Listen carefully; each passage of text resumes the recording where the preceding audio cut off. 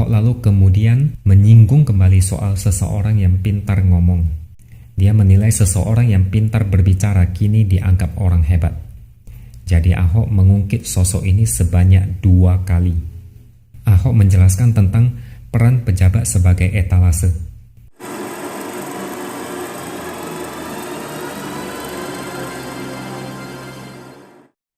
Halo, bertemu lagi dengan saya X Hardy di Opini Seward.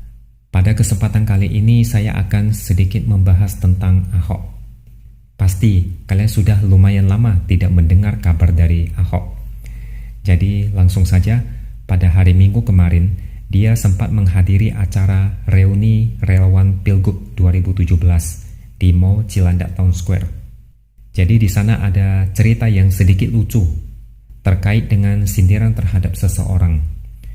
Awalnya pembawa acara menyinggung soal kelakar Ahok yang disebut memiliki waktu saat menjabat sebagai komisaris utama Pertamina. Jadi si pembawa acara bertanya, apakah Ahok sudah pernah melihat sumur resapan?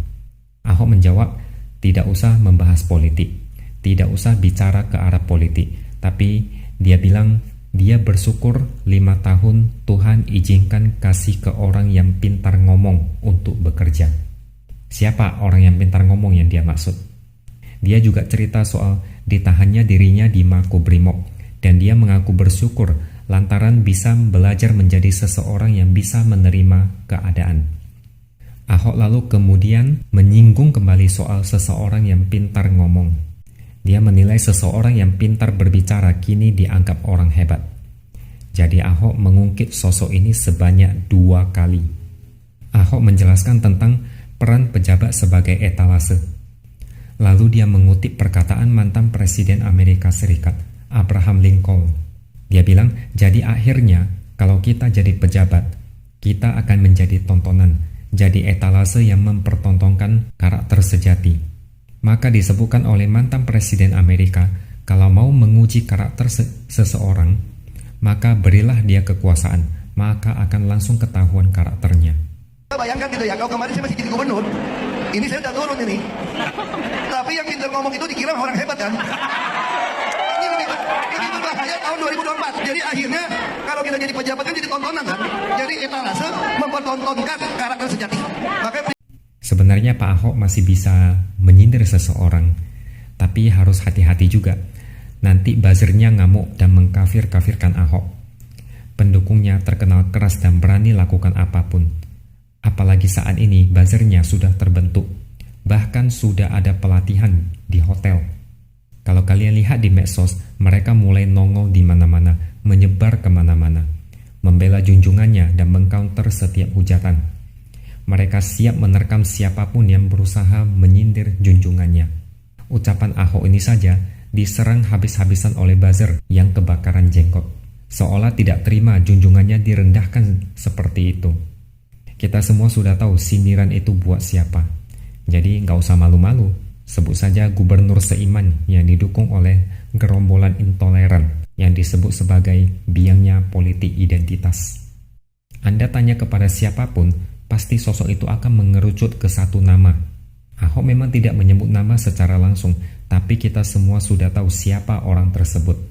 Siapa lagi pemimpin di negara ini yang paling pintar ngomong? Gelar Raja Menata Kata memang sudah haknya Gubernur Seiman. Pintar ngomong kalau dibarengi dengan pintar kerja dan hasil kerjanya terbukti, itu bisa menjadi nilai plus. Tapi Gubernur Seiman ini pintar ngomong sekaligus dibarengi dengan pintar ngeles, pintar menjual janji palsu, pintar ngibul, pintar cari muka kepada masyarakat, pintar melarikan diri dari masalah, pintar meminta orang lain untuk menjadi tameng, pintar ngabisin duit, pintar kelebihan bayar, pintar resmikan proyek yang bahkan belum jadi. Apalagi? Pokoknya banyak deh. Ini kan namanya pemimpin ecek-ecek. Besar di mulut tapi kecil di tindakan. Lucunya ada partai yang sembrono terlalu bernafsu mendeklarasikan dia sehingga ikut tenggelam. Di survei yang terbaru, partai ini makin jeblok, elektabilitas makin melorot. Partai yang sudah hampir tenggelam malah makin tenggelam ke dalam. Inilah akibat kalau orang yang hanya pintar ngomong tapi dianggap hebat. Hasilnya amburadul. Orang yang pintar ngomong seharusnya menjadi pengajar atau motivator atau kritikus, tapi tidak cocok menjadi pemimpin. Pemimpin harus mengeksekusi sebuah kebijakan. Pemimpin harus berani bertindak untuk mengubah sebuah negara atau wilayah menjadi lebih baik. Kalau cuma pintar ngomong, sok hebat pula, jago ngeles lagi, sama saja menyerahkan negara ini menuju kemunduran.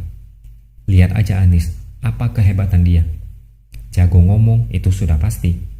Dia jago memposisikan diri sebagai orang yang hebat lah pokoknya. Bahkan presiden pun dia anggap bukan siapa-siapa. Dia anggap orang lain levelnya selalu berada di bawah dia. Makanya sewaktu banjir parah di Jakarta, terjadi perdebatan alot antara Anies dengan pemerintah pusat. Kementerian PUPR meminta Pemprov DKI cepat bebaskan lahan agar normalisasi sungai bisa segera dilanjutkan.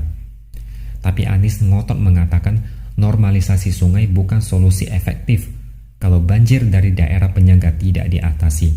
Pemerintah pusat merespon dengan dibangun bendungan. Hingga lengser, normalisasi maupun naturalisasi sungai tetap mangkrak. Sempat terjadi silang pendapat antara Pak Basuki dengan Anies soal penyebab banjir di Jakarta usai diguyur hujan lebat selama belasan jam pada tahun 2020. Basuki bahkan menolak debat yang ditantang oleh Anies terkait metode pengelolaan sungai. Dia mengatakan dengan singkat tapi menusuk, dia tidak mau berdebat karena memang tidak dididik untuk berdebat. Beberapa hari menjelang masa lengsernya Anies, Pak Basuki pernah ditanya tentang kelanjutan normalisasi sungai. Pak Basuki bahkan tertawa dan meminta agar wartawan yang menanyakan langsung ke Anies. Saking parahnya si Anies, Pak Basuki pun sampai geleng-geleng kepala. Ini menandakan Anies hanya jago debat dan jago ngeles. Dia merasa hebat tapi tidak punya solusi. Anies seperti tukang jual obat pinggir jalan, jago ngomong. Gaya bicara sangat meyakinkan. Banyak yang terhipnotis dengan kalimat-kalimat yang keluar dari mulutnya. Tapi semua itu cuma omong kosong. Mulutnya terlalu banyak kelicikan saat mengatakan seluruh warga DKI bisa punya rumah. Nyatanya apa? Rumah DP 0 rupiah cuma terbangun 5% saja. Target disunat habis-habisan dengan alasan yang dibuat-buat. Ini sesuai dengan bukti bahwa Anies pintar ngeles. Dan kemampuan ini sedang dipertunjukkan Anies di seluruh dunia. Menebar janji manis busuk agar masyarakat memilih dia sebagai Presiden RI. Anies saat ini sedang berkeliling di seluruh Indonesia dengan janji membawa perubahan dan perbaikan bagi negeri ini. Mulut manis si Anies kembali mencari mangsa.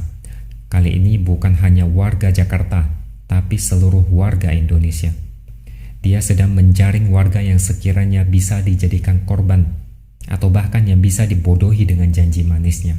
Maka dari itu, jangan pernah memilih orang yang cuma pintar ngomong, pintar ngeles tapi tidak bisa kerja. Negara tidak butuh pemimpin seperti tukang pidato atau orator. Peribahasa tong kosong nyaring bunyinya harus diingat baik-baik. Yang banyak ngomong, yang jago ngeles, yang pintar menata kata, biasanya kosong tindakan. Sekian dulu opini dari saya. Jangan lupa subscribe channel ini dan tinggalkan komentar Anda di bawah. Kita akan bertemu lagi di lain kesempatan.